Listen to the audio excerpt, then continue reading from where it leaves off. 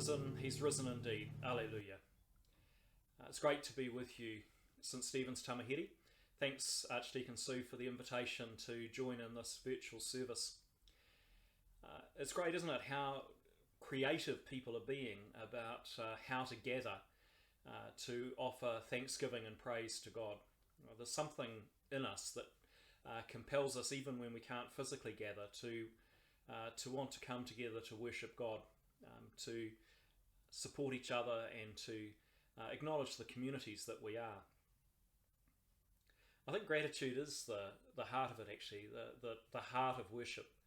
It's that sense that with all of its challenges and its anxieties and uncertainties, this life is a gift.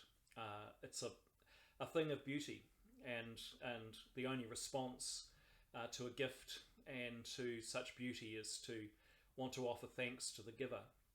The same's true of our vulnerable and yet so beautiful world, that we know we hold it really in our hands. We hold it for future generations, and we need to approach our stewardship of the earth with that same sense of gratitude. I really love that reading from John's Gospel, the story of Thomas, partly because I can identify with Thomas. Unless you can see it and touch it and taste it and hear it, is it real? That's the kind of way I am. There's a big bit of Thomas in me.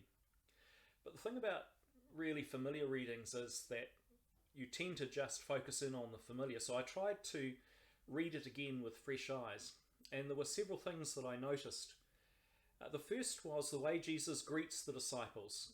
He greets them with the word shalom, peace, that sense of the wholeness of God's peace and justice and love. I greet you in that holistic way. And then that really enigmatic passage where Jesus says, it says that Jesus breathed on them, and then he said, those sins that you forgive are forgiven, and those whose sins you do not forgive are not forgiven. That's always been a problematic passage for me. And then the story of Thomas, which I've already referred to, right at the end, Jesus sums it all up by saying, you believe because you have seen. How blessed are those who, even though they haven't seen, they believe. And then right at the end, that reflection in verse 31, I think it is, where belief is so that we might have life. In other words, belief is not an end in itself. It's so that we might have life in all of its fullness. It's so that we might be encouraged, compelled, if you like, to keep walking in the way of Jesus, being faithful followers, faithful disciples of Jesus, walking into that wholeness of life which is found in relationship with God and being centered in the love of God. But let me go back just for a couple of minutes to that problematic passage that I referred to around forgiveness.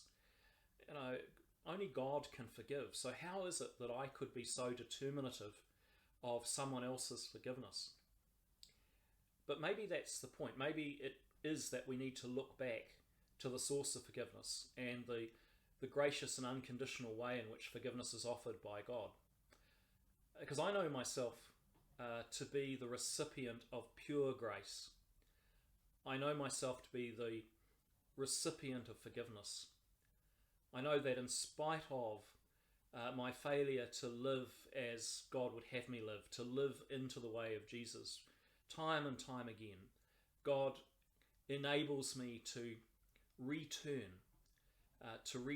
towards love, to return to the way of Jesus. God restores the relationship through forgiveness. That unquenchable love of God manifests itself in forgiveness and restoration.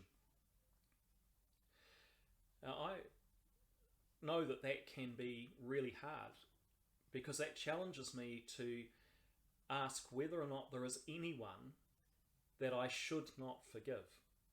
Is there anyone that I should not forgive? Well, I feel like I can think of plenty. But should I, in fact, follow the example of God? Follow the example I've experienced in my own life?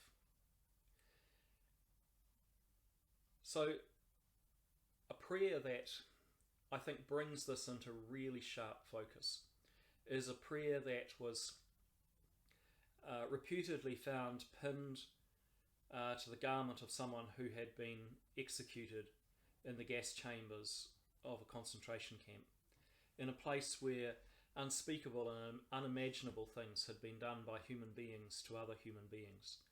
And this prayer is surely the most extraordinary expression of this redemptive forgiveness. Remember, Lord, not just the men and women of goodwill, but also those of ill will. Remember not just our suffering, but also the fruits of this suffering, our comradeship, our loyalty and humility, courage, generosity, and greatness of heart, which has grown out of all this. And when they come to their judgment, let all the fruits that we have borne be their forgiveness. Now, I think that's the heart of it. That's the heart of God's gracious love, manifesting itself in and through forgiveness. That's the heart of the resurrection message. That's the heart of the hope that is held out to us in the death and resurrection of Jesus. Is there anyone that we should not forgive? Well, it seems to me that when we look at the way God relates to us, the answer to that is no. Alleluia, Christ is risen. He is risen indeed.